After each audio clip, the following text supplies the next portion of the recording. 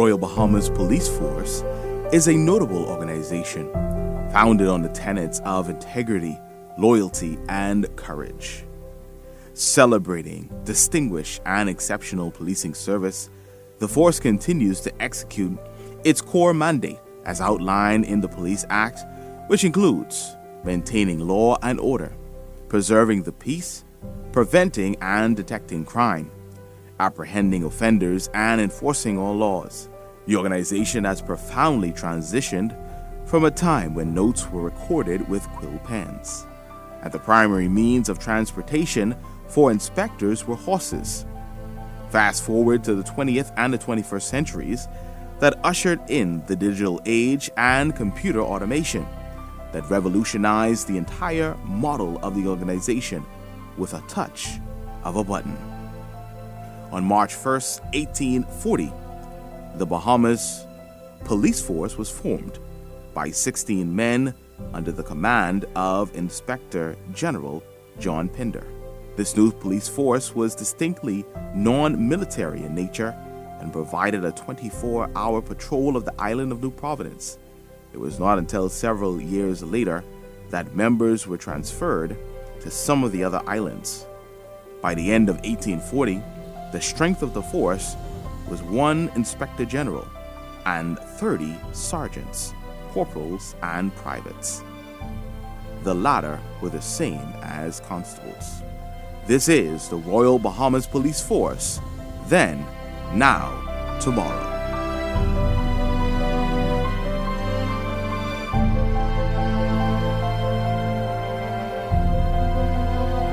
Although the force was non-military, during the early years, its primary function was to protect the Bahamas from outsiders.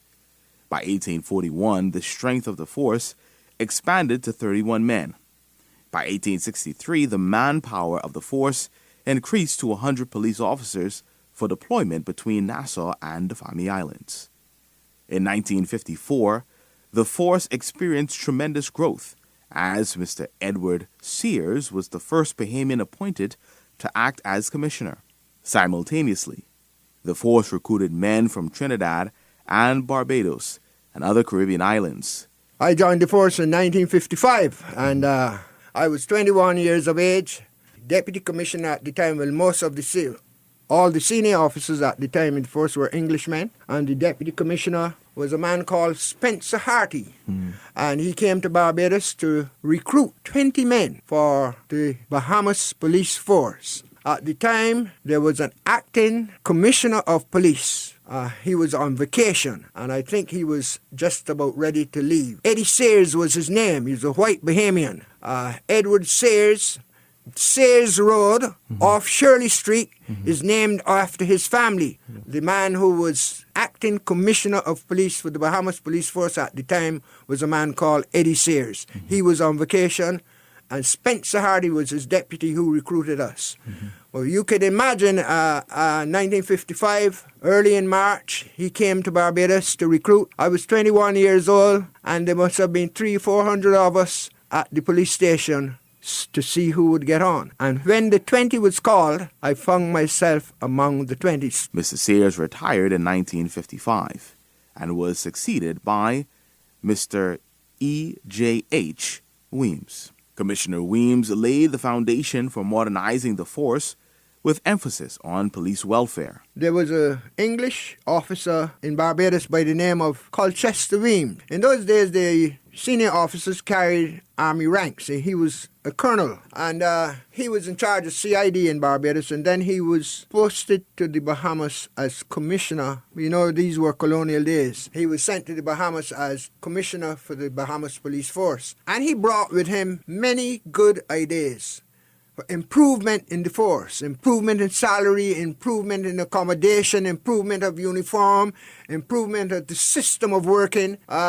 And not only did he improve those particular areas, but he went on a spurt of building accommodation, building messes, building canteen, building the police force from inside out. In 1958, the Security and Intelligence Branch was established with a mandate that extended to special escorts for VIPs and collecting. collating and disseminating information that is vital to the security of the country. Police Radio Control Room was established in 1959 with a number of cars outfitted with police radios for two-way communication. Force Garage was established that same year, with their duties having increased from managing 2 vehicles to a fleet of vehicles, including saloon cars, trucks, buses, motorcycles, scooters, bicycles, and so on. First, let me say, I had a passion for being a police officer. From I was about 7 or 8, my mother always used to tell me, every time I would go home and I would see these police officers walking, I would say, Mommy, I call her Mommy, I want to be a policeman. And she would always ask me, why you want to be a policeman? I said, I just like the way they walk and I like that uniform. But she didn't pay it any mind. She just leave me with that thought in my head. And as I grew up, I was living in Woods Alley off Market Street. The Southern Police Station was in that area on Market Street and Quaco Street. And I would go to the corner of Woods Alley and I would always see these officers walking the beat. And I look at how they walk together, those boots just going clip, clop, clip, clop. And that fascinated me. And I formed in my head that I wanted to be a policeman. And as I grew, I went to Prince William High School. And of course, I went to primary school and the other schools, Oaksville, Western Junior, Western Senior. Then I went to Prince William High School. And I graduated in summer of 1972. And there was no question as to where I wanted to go and what I wanted to be. The force continued to keep pace with modern times during the decade with the introduction of women police officers and voluntary police reserves. In November 1964, the first squad of 6 females were recruited into the force. In August 1965, the first squad of 56 voluntary police reserves were recruited into the force. Notably, in February 1966, the prefix Royal was conferred to the Bahamas Police Force by His Royal Highness Prince Philip. During the 1960s, the presence of women in the Bahamas became more recognized. It began with an act giving women the right to vote and sit in the legislature. Women received their first voting opportunity during the election held in November 1962. In 1964, women were given the opportunity to join the Royal Bahamas Police Force, and 122 women applied to become police officers. Okay, we've had prolific writers in the force and in the country who contributed to the evolution of women, the presence of women in the force. You could imagine when women first joined the force in 1960, it was a culture shock for the men because they were used to being with their male counterparts. You could say anything, you can do anything, and now you had this new person coming in, and you had to be very circumspect. You had to be respectful, and so it was for the first going.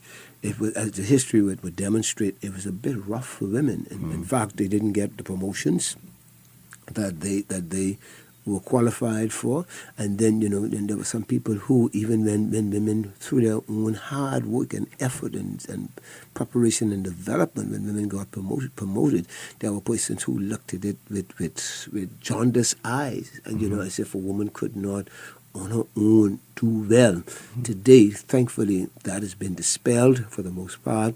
Some of the most brilliant minds in law enforcement in this country are females. And you only know that they're females because when you see them, they are females. But when you look at what they're doing, their contributions, and the fact that they are always trying to develop themselves, it's a remarkable evolution. I'm proud of the women in the Royal Bahamas Police Force. Very, very, very proud of them. The 6 females who began training on November 23, 1964, under the supervision of Sergeant 286 Audrey Ware, were Anita Bethel, Theresa Baker, Norma Clark, Alcida McFall, Hildred McLean, and Esther Stubbs.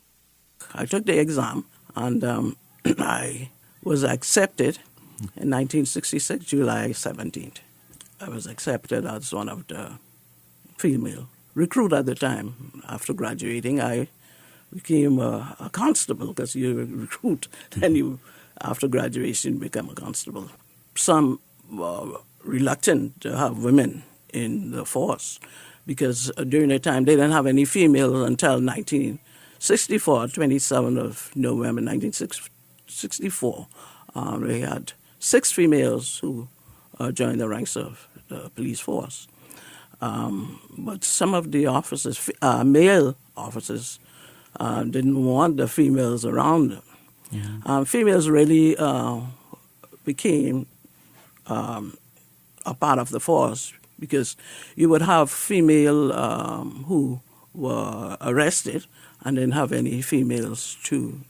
Well, first of all, you have to search them, and they would call in female civilian off the street, and there was one civilian who became a matron until the inception of the females into the force. So, but it was hard going through the early stages in the force. The male didn't want the females around, and they were reluctant to have females on patrol with them, because they say, well, if something occur, if an incident occur, could you back me up? But we had the same training, so we would know exactly what to do. The first gazetted female officer was Assistant Superintendent Danby, also from England. She joined in 1968 and resigned in 1970. Prior to the admission of females as police officers, the organization relied on the services of female civilians. These women were referred to as matron. Her responsibility was to assist male officers whenever females or children were in police custody. From the 1930s and throughout the 1940s and 50s, Mrs. Clotilda Blackman served as matron. She was a qualified nurse and wife of former Sergeant 67 Blackman. All police women received the same training as their male counterparts. Since the first squad of females, women have moved into a variety of areas in the force. The first Bahamian female gazetted officer was Superintendent Allardyce M. Strawn, who attained this position on May 1988. She was responsible for women police and personnel. Miss Dorothy Davis was the first Bahamian woman to attain the rank of inspector on June 27, 1979. She also worked as a prosecutor. The first woman police fingerprint expert and photographer was Assistant Superintendent Turnquest. On October 1, 1987, Inspector Denise Tynes was the first female to enter at this rank in the force. She joined the staff of the Forensic Science Laboratory. Woman Police Corporal 976 Ruby Colley Saunders was the first woman motorcyclist. She drew a lot of attention when she first appeared on a motorcycle. Woman Police Corporal 1028 was the first woman motorcyclist. Woman Police Corporal 1028 Douglas was the first to enter the world-famous Royal Bahamas Police Force band. Woman Police Corporal 1632 Killy Hasty was the first female attached to the Air Wing section. January 9, 1985. Woman Police Corporal 1572 Pauline Ferguson was the first female to become a dog handler in 1984. 1966, December, this is when we had a squad of 10. There were 3 females and 7 males. And it was during the Christmas period. So we had a 6-month training, but we were graduated before the 6 months was up. So we had 5 months and 2 weeks, and the 10 of us went to traffic, which was on now Fort Charlotte. That's where traffic was at that time. I've been in traffic many years, so that was really the most area that I would have served most until I became an inspector and was transferred to Southern Police Station. And since then, I, move around, becoming officer in charge of many of the stations. You would find that there were several commissioners during the time that would serve, and traffic was one of the, until I went into Southern, and then I was sent away to London on a junior command course. Coming back, I was sent to now South Eastern Division, which was East Street South Police Station at the time. I opened that station in 1987, December.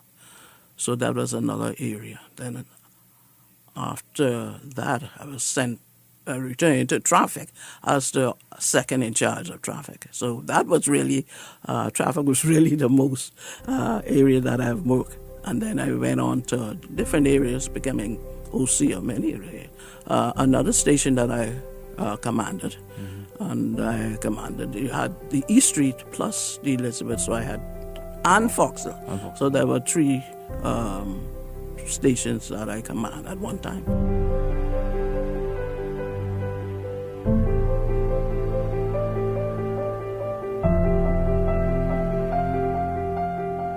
On June 1st, 1973, Mr. Salathiel Thompson was appointed Commissioner of Police. Notably, on July 10th, 1973, he became the first Bahamian Commissioner of Police to serve under an independent Commonwealth of the Bahamas. He succeeded Mr. John Himmarsh of Britain and held the top position for 8 years until his retirement in 1981. He was noted for navigating the force during a critical time of independence. In high school, the year 72, there was all this talk about the white paper of independence. And that also fascinated me. And it was really a big talk. And January the 29th, 1973, I enlisted in the Royal Bahamas Police Force as Recruit Constable number 83, John Ferguson. I must say the leadership of the country at that time, particularly Sir Lyndon and the Honorable late A.D. Hanna, along with the other forerunners, they were determined that the election, I think, of 72 would have been the turning point and the consent, more or less, of what the people had to say with regards to independence. And after that election, it was full steam ahead, and there was no turning back. They had the green paper on independence, they had the white paper on independence, and that was the main topic everywhere, in the churches, in the schools, on the streets, and it was almost like an education. People were being educated as to what is independence. Independence resulted in a coming of age of the Bahamian people. They became responsible for determining their own future. The majority of the population lived in Nassau, which was becoming urbanized. Tourism was clearly the major industry of the country. At the heart of this new status was the concept of Bahamianization. For the police, this meant that Bahamians would have to fill the ranks from Commissioner of Police to Constable, amid the new symbols of nationhood, a constitution, national anthem, coat of arms, and flag.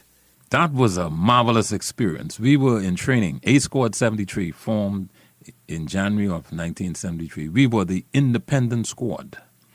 And we were like an experimental squad because they had us in training for 9 months in comparison to the 6 months. And the reason they had us in training for 9 months was because they wanted to give us a comprehensive training of not only the normal drills and march drills, but they wanted us to learn the funeral drills, the public order drills, all of the drills and all of the areas of the force in that scope of time, so that when we passed out, we would have been completely finished with all of the necessary drills that we should know.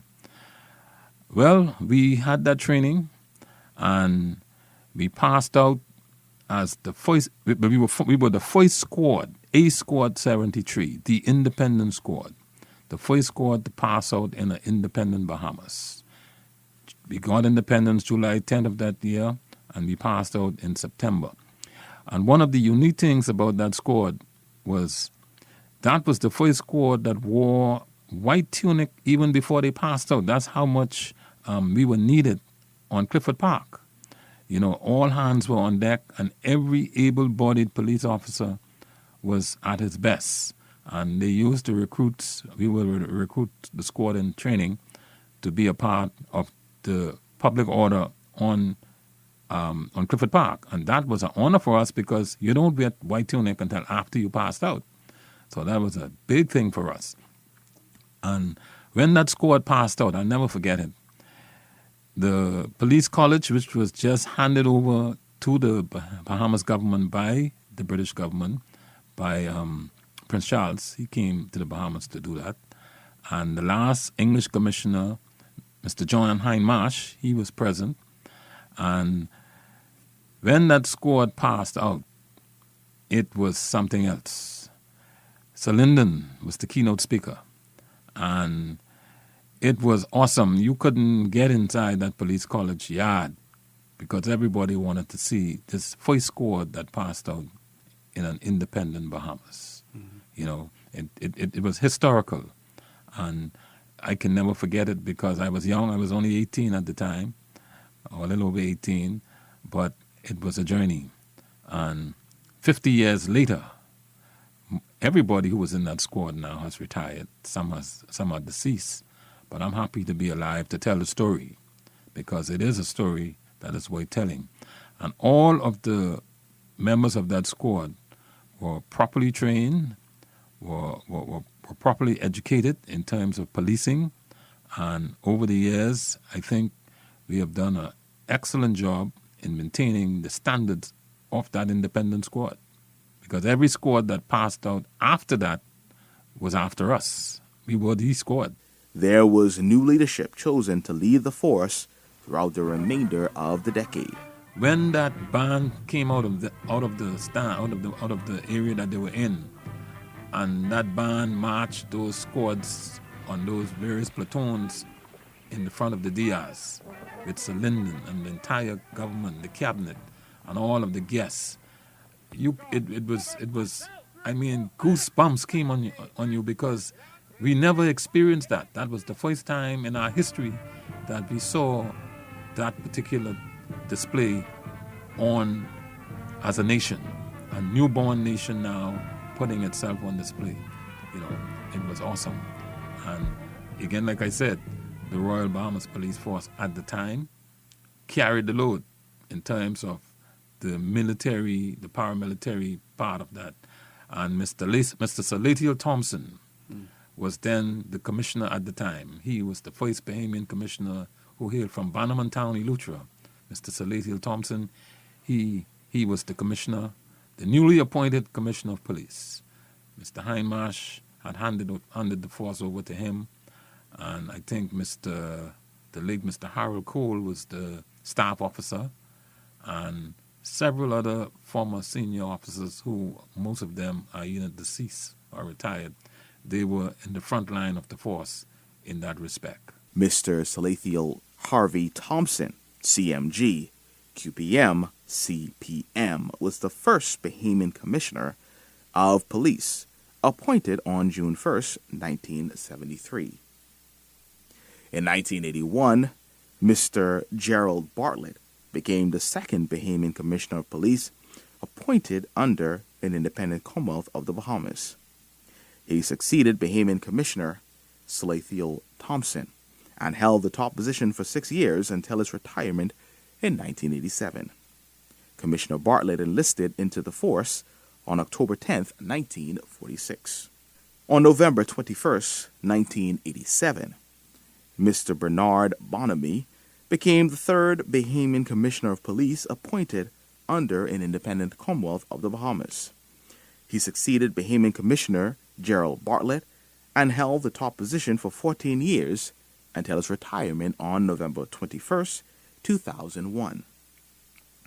On November 21st, 2001, Mr. Paul H. Farquharson became the 4th Bahamian Commissioner of Police appointed under an independent Commonwealth of the Bahamas. He succeeded Bahamian Commissioner Bernard Barnaby and held the top position for 8 years until his retirement on March 16th, 2009. On March 16th, 2009, Mr. Reginald Ferguson became the 5th Bahamian Commissioner of Police appointed under an independent Commonwealth of the Bahamas. He succeeded Bahamian Commissioner Paul Farquharson and held the top position for less than a year until his retirement on January 4th, 2010. On January 4th, 2010, Mr. Ellison Greenslade became the 6th Bahamian Commissioner of Police appointed under an independent Commonwealth of the Bahamas. He succeeded Bahamian Commissioner Reginald Ferguson and held the top position for 8 years until his retirement on October 30th, 2017. On October 30th, 2017, Mr. Anthony Ferguson became the 7th Bahamian Commissioner of Police appointed under an independent Commonwealth of the Bahamas. He succeeded Bahamian Commissioner Ellison Greenslade. On March 30th, 2020, Mr. Paul Roll became the 8th Bahamian Commissioner of Police appointed under an independent Commonwealth of the Bahamas. He succeeded Bahamian Commissioner Anthony Ferguson. And on July 5th, 2022, Mr. Clayton Fernander became the 9th Commissioner of Police appointed under an independent Commonwealth of the Bahamas. The Royal Bahamas Police Force has come a long way in its history with successive commissioners. I worked under 7 commissioners. Wow. Yeah, 7 commissioners. And each commissioner is like a part of a relay team. He does his tenure, and then he passes the baton on, and it's expected that the commissioner who receives the baton from him will take the force to the next level. Well, let me just say this. I want to commend Mr. Clayton Fernander, the sitting Commissioner of Police. Mr. Fernander earned his due in this police force in this country. He has always worked hard. He's always been diligent in the things of the country. And I know these things because I've worked with him when he was of significantly less rank. And the people who surround him today, I've worked with them. Some of them I trained in certain areas, okay? And so I would say to my colleagues, and I still refer to them as colleagues because I still have a close affinity with the force. And as the saying goes, Keshagen, once a policeman, always a policeman. I would say support the commissioner. Understand what his policies are. Understand what is the philosophical policies of the government of the day. If you let partisan politics or national politics get within your psyche, you're not going to be an objective policeman. When you join the police force, there was always PLP, FNM, and then you have other groupings that come and go. That's nothing to concern yourself about in the grand scheme of things. We have laws, we have regulations and stipulations that say this is how you ought to behave, this is how you ought to govern the country and police the country. And so my message to them during this time of independence is continue the great work. Keep the adhesive unit together. Do not let anyone infiltrate the unity that is supposed to be in the force, because the old strategy of divide and conquer will work if you allow other narratives to blur your perception of what policing ought to be. Today, the force is an extremely large and intricate 21st century law enforcement agency. The police force provides policing service to all residents and visitors of the Bahamas, an archipelago of 700 islands and keys. Back in the day, when you joined the police force, people considered, well, it's a government job, you can be employed for the rest of your life and get a reasonable pension. The force has evolved over time now that you have brilliant minds, persons with first, second, and a terminal degree in the disciplines. And so when you look at what law enforcement touches and reaches in this country, there's not a strata of the Bahamian experience where you don't need the presence of law enforcement. It may not be that frontline policing, but at least knowing that there are structures in place for the country to advance. So I would definitely encourage young people, particularly young men, because you watch the way the country is going. The force is more than a job, it's more than opportunities to travel and to be trained and to meet and interact with persons. But it really disciplines you. The discipline you get in this police force, you can use it in banking, in the professions right across. You could use it in your day-to-day life. I remember when I went to Canada, to the Royal Canadian Mounted Police College, I saw in Canada that the national symbol of that nation was the Mountie, the mounted police officer. And it blew me away, because in the Bahamas, it's some other symbol. In America, it's some other symbol. But this country, and so I probed into that and I asked why. And the answer I got, Keshagen, was that because what the discipline the Mountie brings to his job, it can be used right across the landscape in Canada. And it blew me away so much that I endeavored that when I got back to the Bahamas, one of the things I will try to inculcate in our young police officers was the spirit of a policeman that would permeate the entire nation. I speak to multiple places, graduations, training, you name it. And the thing I try to do with young people is to encourage them to have this spirit that if you're going to be a banker, you need a brilliant mind, but you also need this discipline and this focus that I think came from what I saw there, what I believe is here, and what can permeate every strata of the Bahamian experience.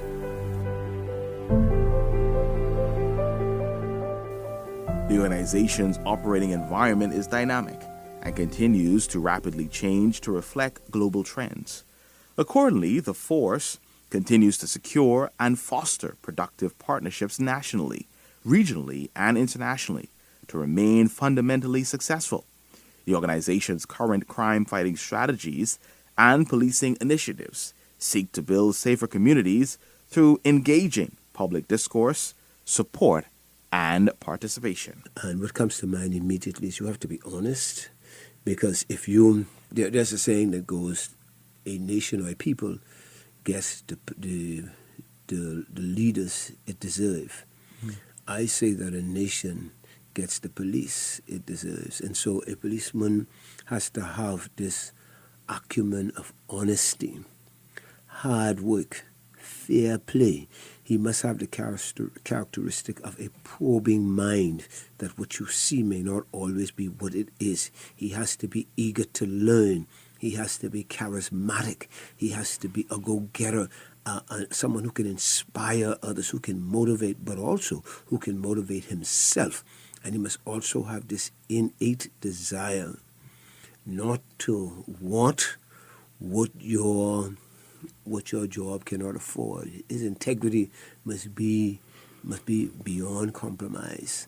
And I think that, and this is why I said all of these disciplines and these characteristics, I think, can be conflated into anything that you do in the country.